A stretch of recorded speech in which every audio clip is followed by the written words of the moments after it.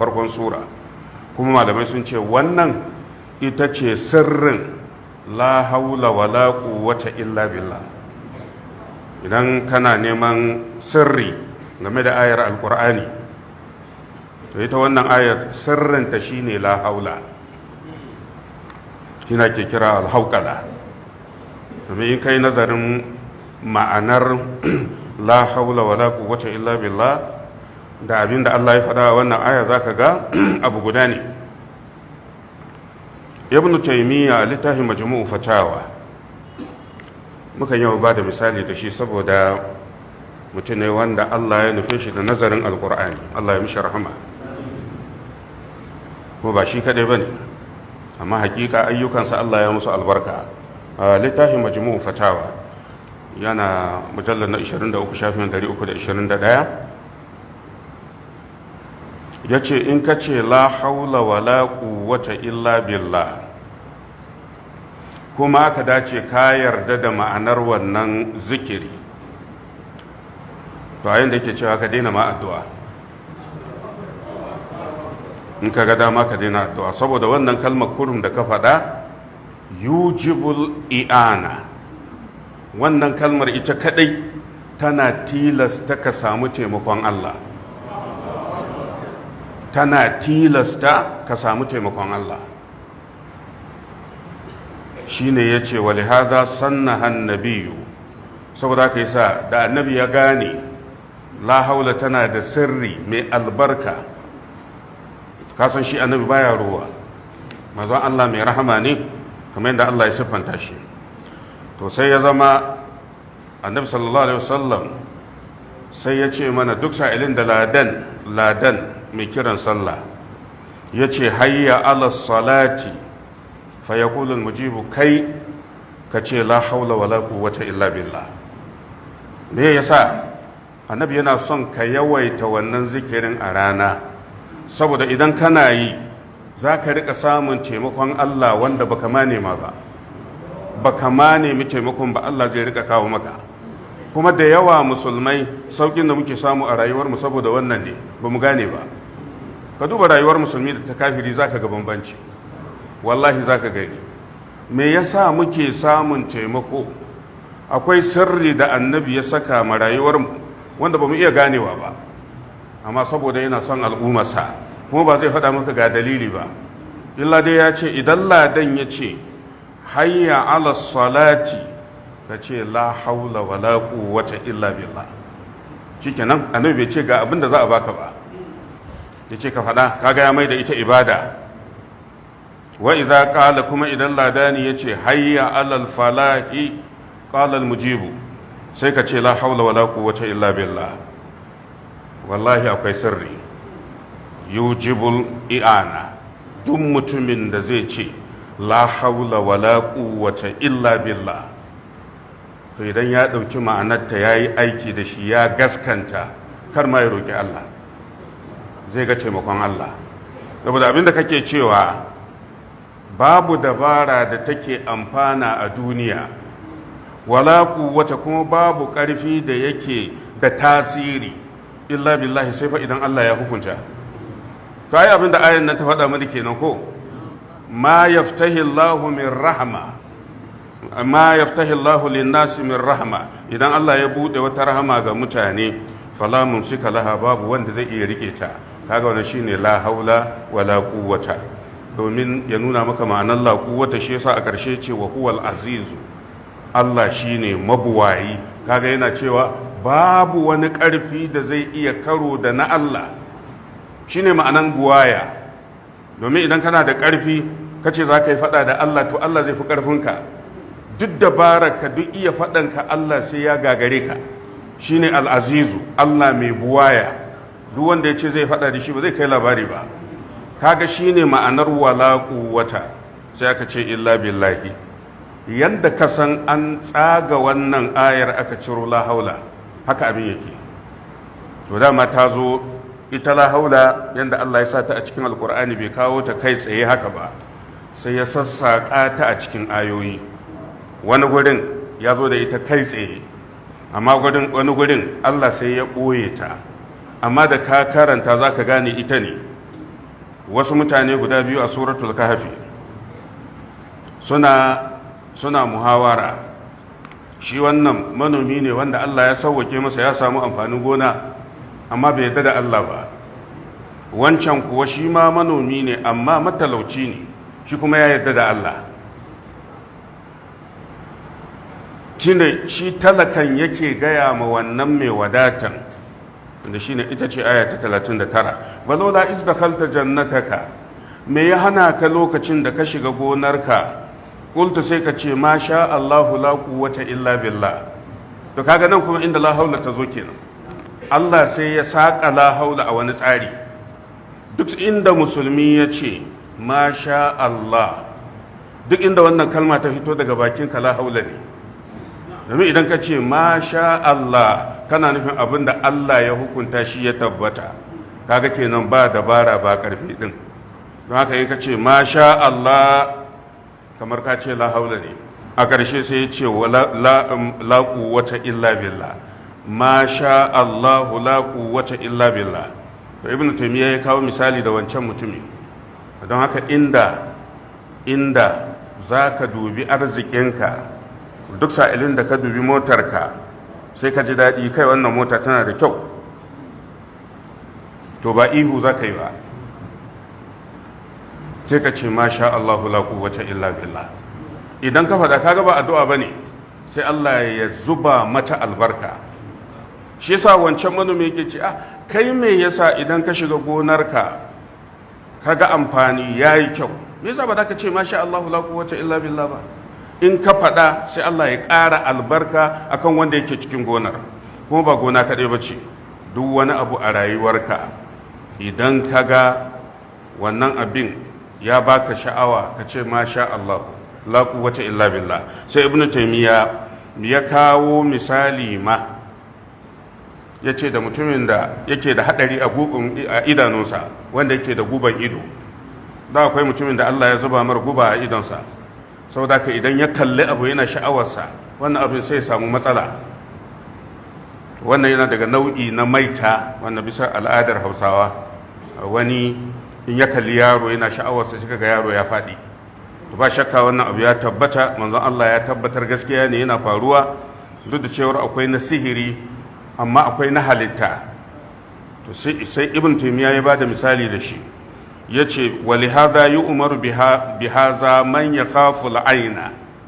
Duk sa'ilin da aka yi haihuwa ka ɗauki yaro, da ka ɗauki yaron ka fara cewar masha Allah.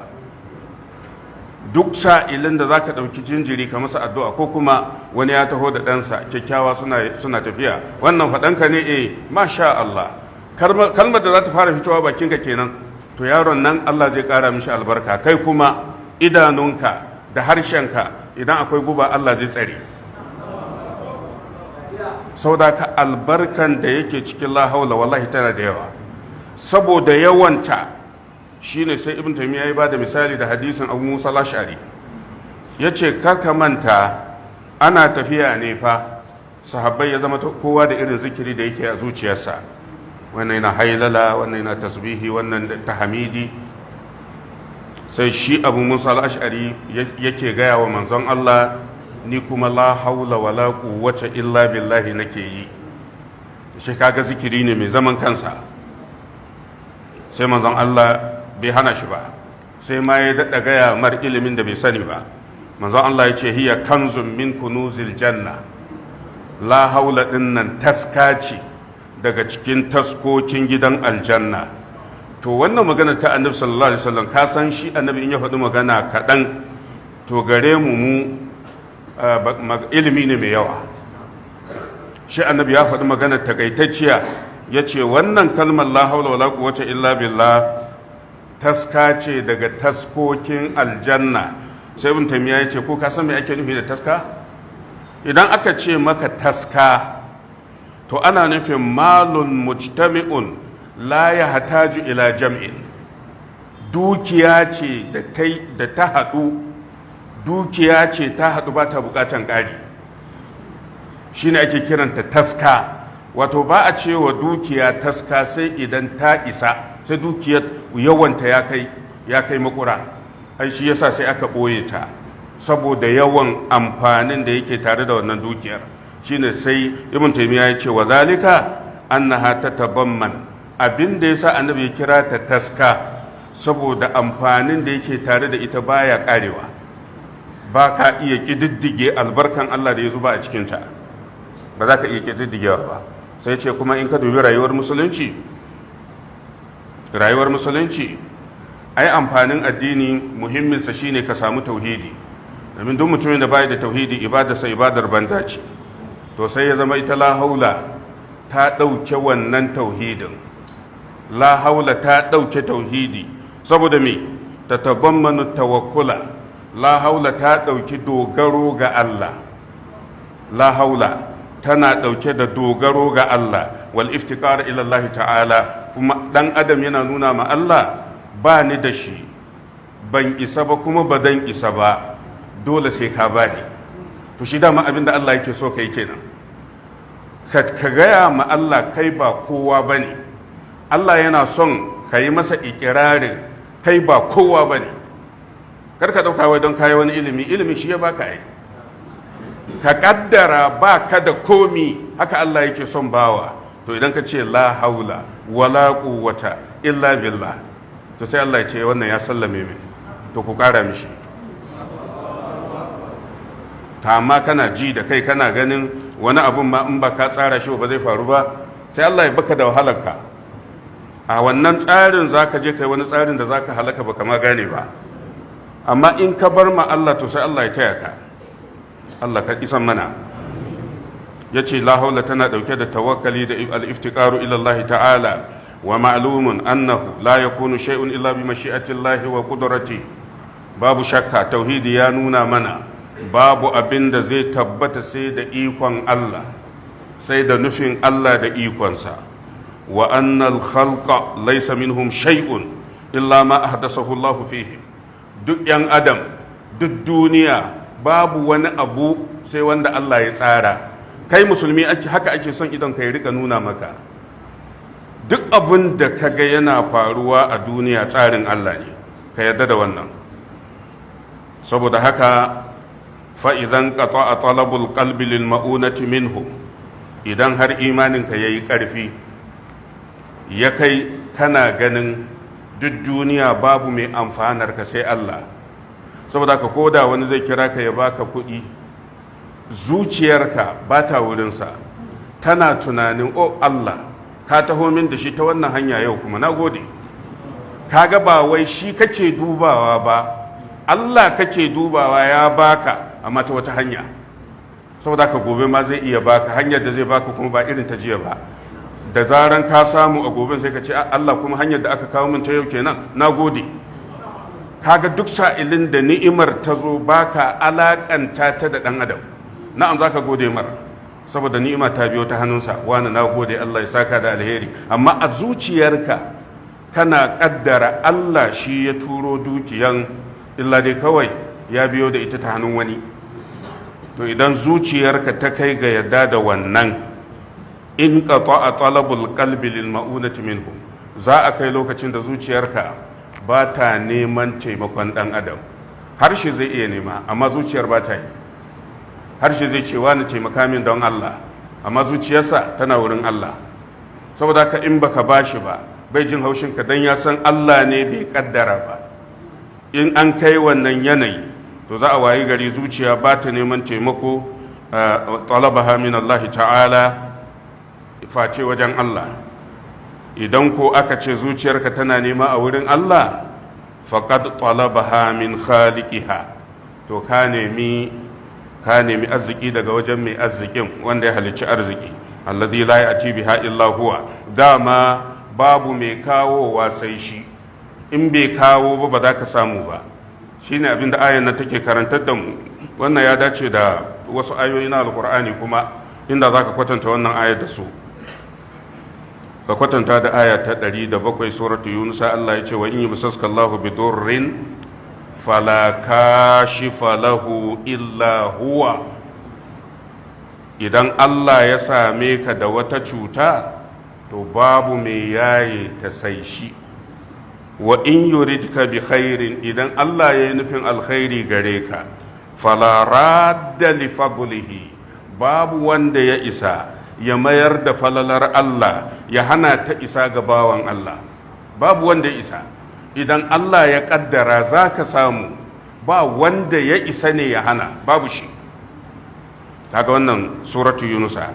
In ka dawo suratul an'ami aya ta 17 ita ma tana kama da wannan, dukkan su akan la haula ne.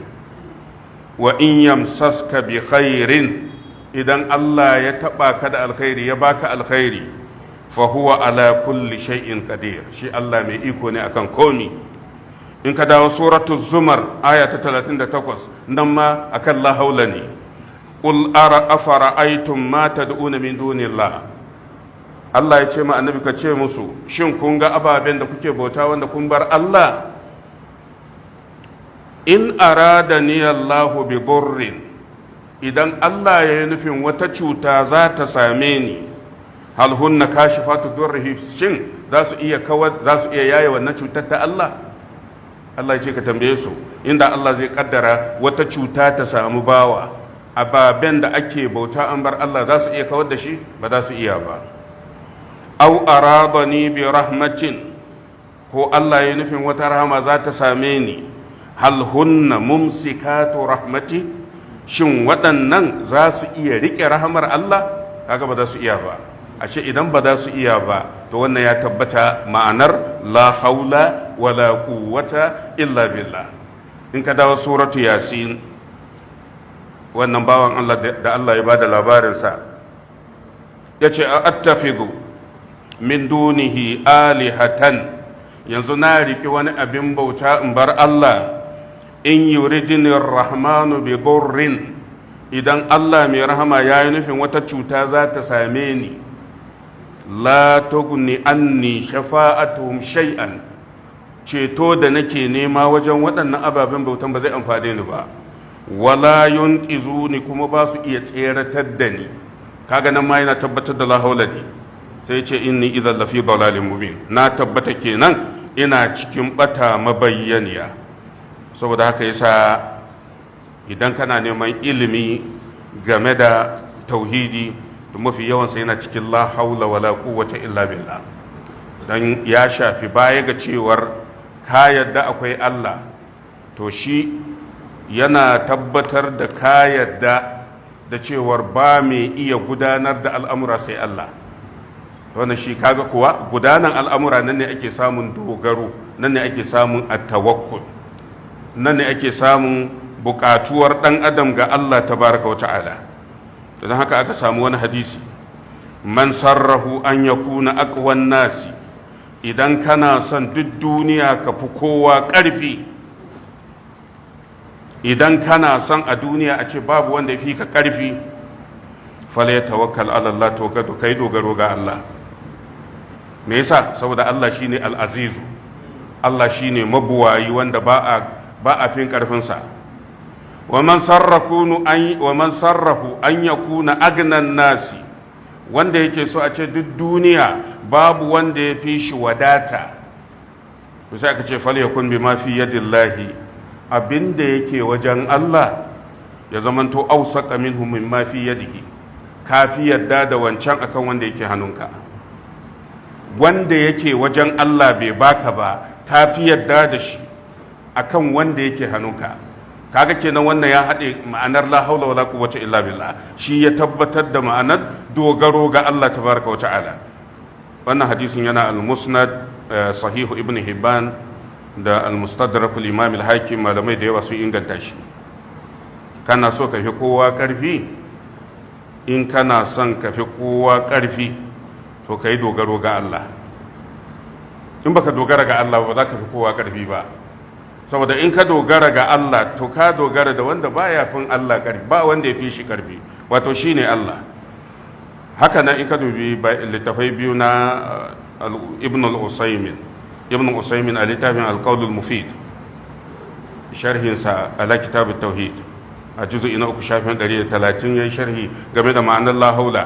Haka nan a riyadus salihin, sharhu riyadus salihin a juz'i na 2 shafi na 452 yace ita la haula fahiya kalimatun azima, kalma ce mai girma. La haula kalma ce mai girma, ta tabammanu ta kunshi i'tiraful abdi, ikirari na bawa. Idan ka ce la haula wala quwwata illa billah, wato kamar kana ma Allah ikirari bi annahu la tahawwala lahu min halin ila halin, babu wanda ya isa ya canza shi daga wani hali zuwa wani hali. Wala quwwatin lahu ala zalika, kai ba za ka iya ba za ka iya canza ma kanka wannan halin ba za ka iya raba ka da wani abu da ya same ka ba ka da dabaran, ba ka da ƙarfin, illa bi i'anatillahi wahdahu, face kawai kana neman taimako a wajen Allah shi, kuma Allah shi kadai. Fal isti'ana, saboda haka neman taimako ba a ce haramun bane, neman taimako ba a ce haramun bane.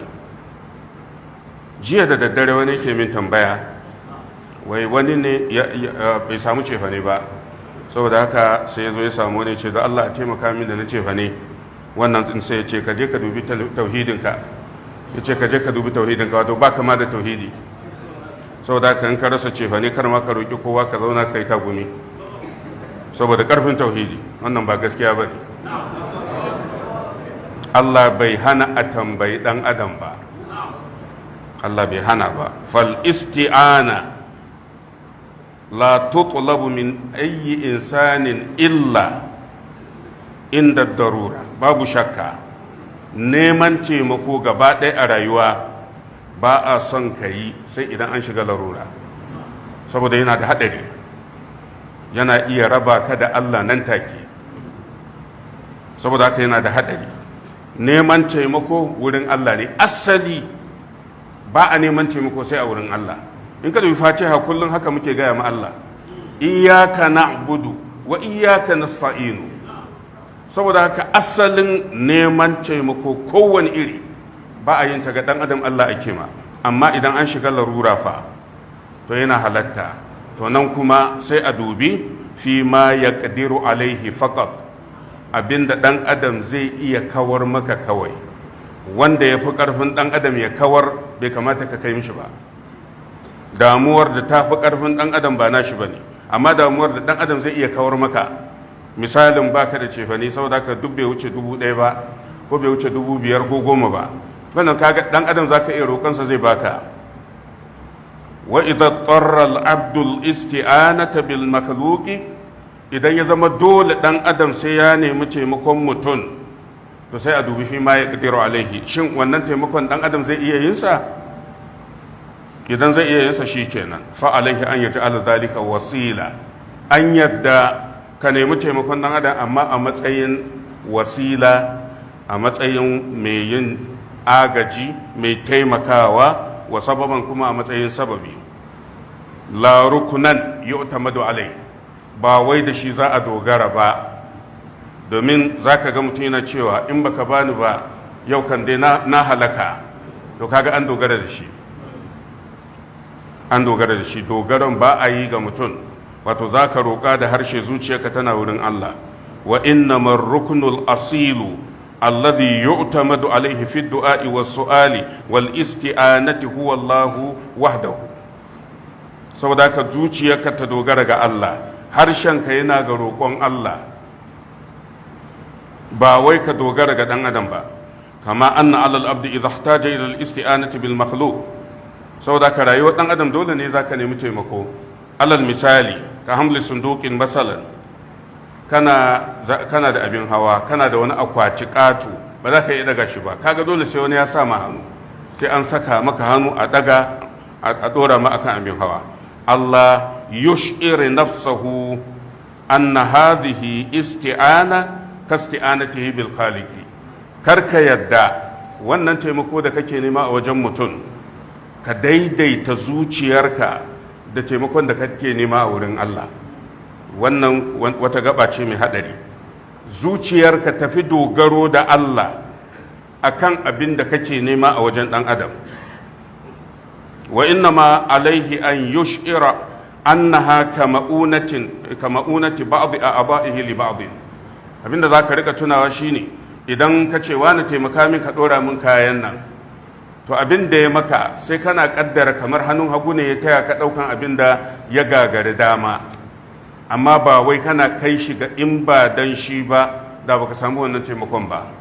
Zuciyarka za ta fi dogaro ne ga Allah tabaraka wa ta'ala. kama law ajaza an hamli shay'in bi yadin wahida fa innahu yasta'inu ala hamlihi bil yad al-ukhra. Ai kamar ka kasa daga abu ne da hannun dama sai ka nemi hannun hagunka ya taimaka, to haka idan ka kasa daga abu sai ka nemi dan adam ya taimaka.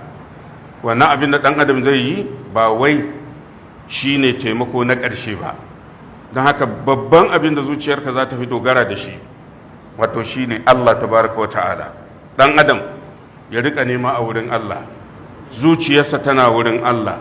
In ka dubi littafin sharhin arba'una hadis na ibn rajab, shine jami'ul ulumi wal hikam, a juz'i na farko shafi na 459 ya kawo labarin al-imam ahmad bin hanbal. al-imam ahmad bin hanbal yana daga addu'ar da yake yi, yana cewa Allahumma ya Allah kama sunta wajihi anis sujudi li gairika, ya Allah kamar yadda ka tsare goshina bana sujuda ga waninka, fasunhu anil mas'alati li gairika, ya Allah kamar yadda ka tsare fuskata ba ta sujuda ga wani wanda ba kai ba, ina roƙonka ka tsare fuskata game da roƙon wani in ba kai ba. al-imamu ahmad kenan.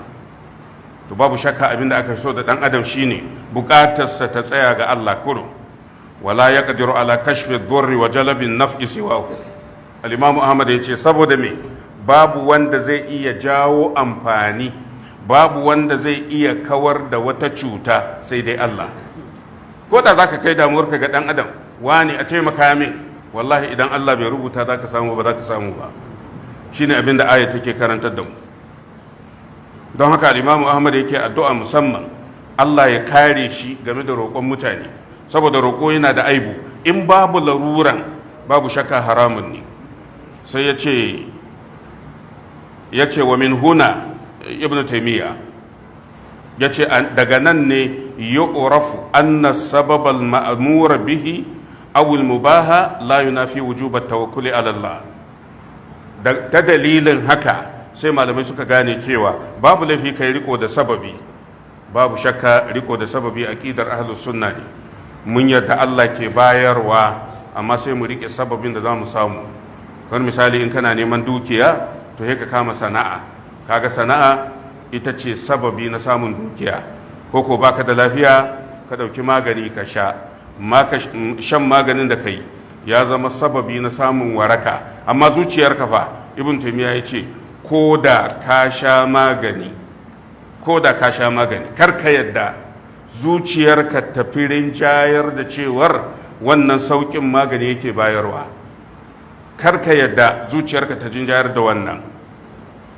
Ka yi ƙoƙari ka rinjayar da cewa Allah ɗai ke ba da sauƙi, amma magani sababi ne, kuma ba lalle ba ne ya zama wannan maganin da ka sha Allah ya sa sababin warakarka a cikinsa.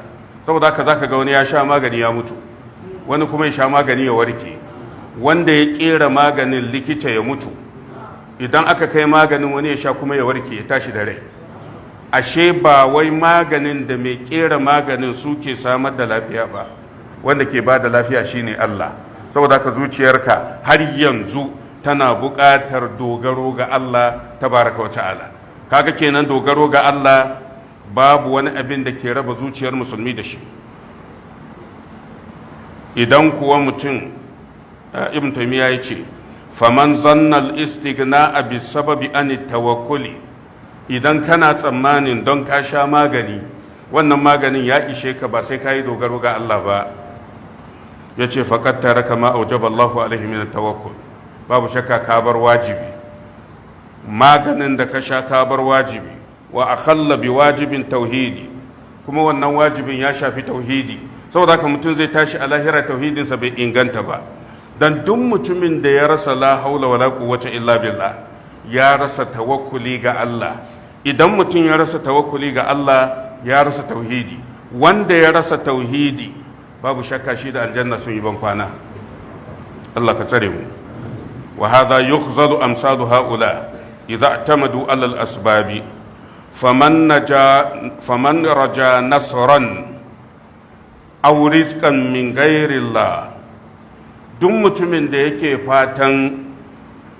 fatar ya samu nasara ko yake fatar ya samu arziki a wajen wani wanda ba Allah ba, sai ya ce khazalahu Allah sai ya kunyata shi. Kuma gaskiya ne, yanzu abin da zaka ga mutanenmu da yawa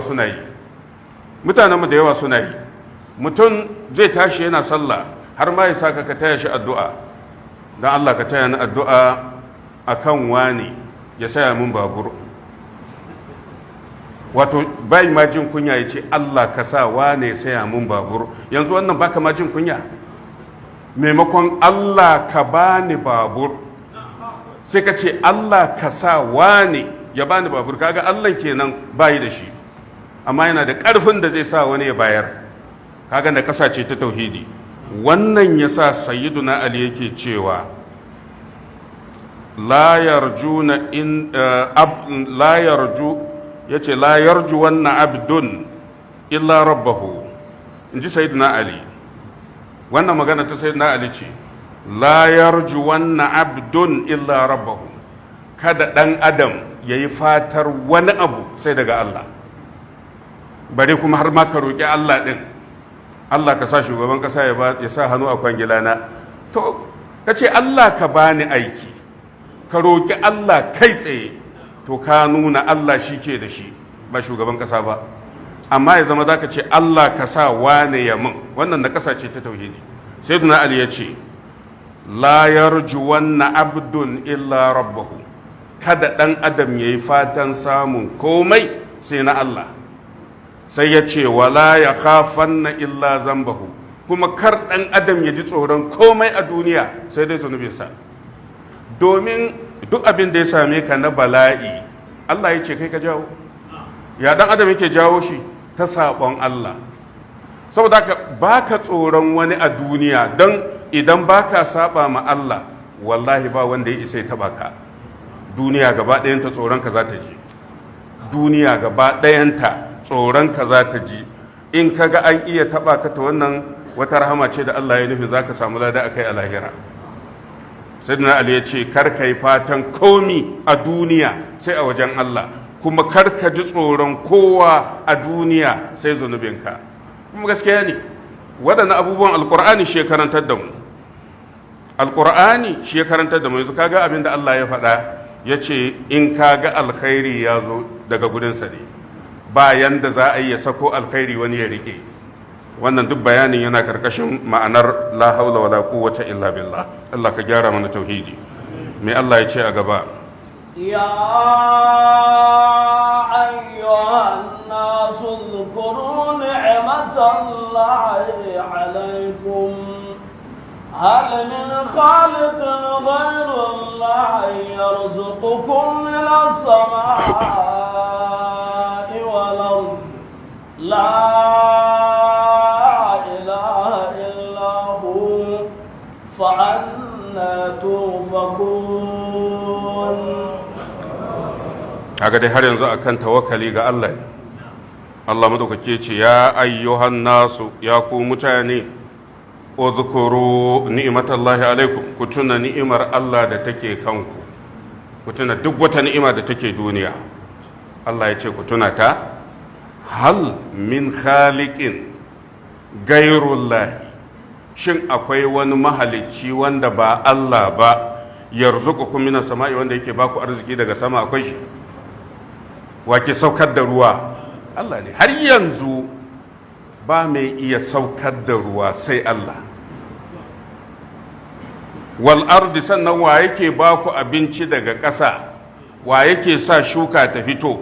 Za ka ci ai to ai ba laifi, turawa sun yi taki. Wannan ai kwaskwarima ne, ko babu taki shukan zai fito. Ko babu taki ba ka ganin ma akan kwashi salga a kai gona a zuba kuma amfani ya kyau. yana gwada maka ɗan adam akwai inda Allah ya ba ma ɗan adam damar zai ɗan yi kwaskwarima don rayuwarsa ta yi daɗi. Za an baka dama za ka iya kwaskwarima, saboda haka za ka ga kifi, akwai kiwon da ake na agriko, haka nan ma kaji za ga an yi masa wani kiwo na daban, kazar ta zama katuwa, ta ma dai ba kai kazan ba ko kwaskwariman Allah ya baka damar shi, amma ba za ka iya yi ba. Ya baka damar ka yi kwaskwarima don me? Don rayuwarka ta yi daɗi. Saboda ka yi sa aka ce in ka je gona kafin ka binne shuka ya kamata a yi huda, a yi kunya, a yi wannan abin da kake yi shi zai sa amfanin ya daɗa yin kyau. Amma wallahi ko baka yi ba, ka je ka samu ƙungurmin daji ka watsa masara, ka yi tafiyar ka gida, in ka dawo lokacin girbi za ka ga masarar ta girma. Amma wancan abin da ka yi Allah ya karantar da kai ne, ya sauka mana da wani ilimi wanda zai sauwaƙe mana noman, amfanin ya zo da yawa sannan kuma ya zo da kyau. Shi yasa don haka sai ka yi huda, idan an yi huda a sa taki, idan an sa taki a yi noma, a yi wannan, duk wannan abin da kake yana daɗa aminta wannan hatsin ne, amma kai ba za ka iya tsirar da masara guda ɗaya a gonaka ba. Ashe kaga kwaskwarima ce Allah ya ba ma ɗan adam, ba wai shi yake yi ba. Shine abin da Allah ya faɗa, akwai wanda yake ba ku arziki ta sama, akwai wanda yake ba ku arziki ta ƙasa, illallah, in banda Allah. Kaga babu ko, tashi za mu koma la haula wala quwwata illa billah.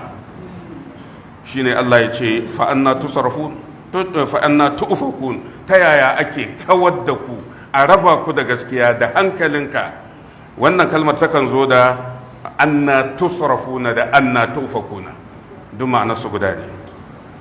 Don haka imani da cewa Allahu khaliqu kulli shay'in, ka yarda Allah shi yayi komi, wa annahu ma min zurra fi samawati wala fil ardi wala fi ma bainahuma, babu ƙwayan zarra da take tsakanin sama da ƙasa, illa wallahu khaliquha, face Allah shi yayi ta. Duk abin da ka gani a duniyan nan babu wanda dan adam yayi, Allah shi yayi. Babu wanda dan adam zai iya yi. Wa khaliqu harakatiha, baya ga haka ma da Allah yayi, shi ya tsara rayuwar wannan halittar. Wa sakanatiha, la khaliqa ghayruhu wala rabba siwahu, babu wani mai halitta in ba Allah ba, kuma babu mai renon halittar ma sai Allah shi kadai. Saboda ka a suratul rum aya ta 40 Allah madaukake ce Allahu alladhi khalaqakum thumma razaqakum. Kaga a wannan ayar yace ya ayyuhan nasu uzkuru ni'matallahi alaikum hal min khaliqin ghayrullahi yarzuqukum minas sama'i. Kaga a wannan ayar Allah yana cewa akwai wanda yake ba ku arziki ta sama, to za ka ce mai yiwa na ƙasan ba Allah ba ne, sai ya ce wal ardi da kuma ƙasa. Ta amma a suratun rum sai Allah tabaraka wa ta'ala ya haɗa abin gaba ɗaya. Allahu alladhi khalaqakum, Allah shi ya halicce ku, thumma razaqakum, sannan duk arzikin da kuka samu, duk wani abinci da ka samu, Allah shi ya baka. Thumma yumitukum, sa'annan shine wanda yake daukar rayukanku. Thumma yuhyikum, sa'annan shi yake iya tada ku a kiyama. To sai Allah ya tambaya irin wannan tsarin, hal min shuraka'ikum, shin akwai daga cikin waɗanda kuke shirka da su da Allah, man yaf'alu min zalikum min shay'in, akwai mai iya yin ɗaya daga cikin waɗannan abubuwa? Akwai wanda zai iya halittar ɗan adam, akwai wanda zai iya ba ma ɗan adam arziki, akwai wanda zai iya karɓar ran ɗan adam, sai dai ka zama sababi kuma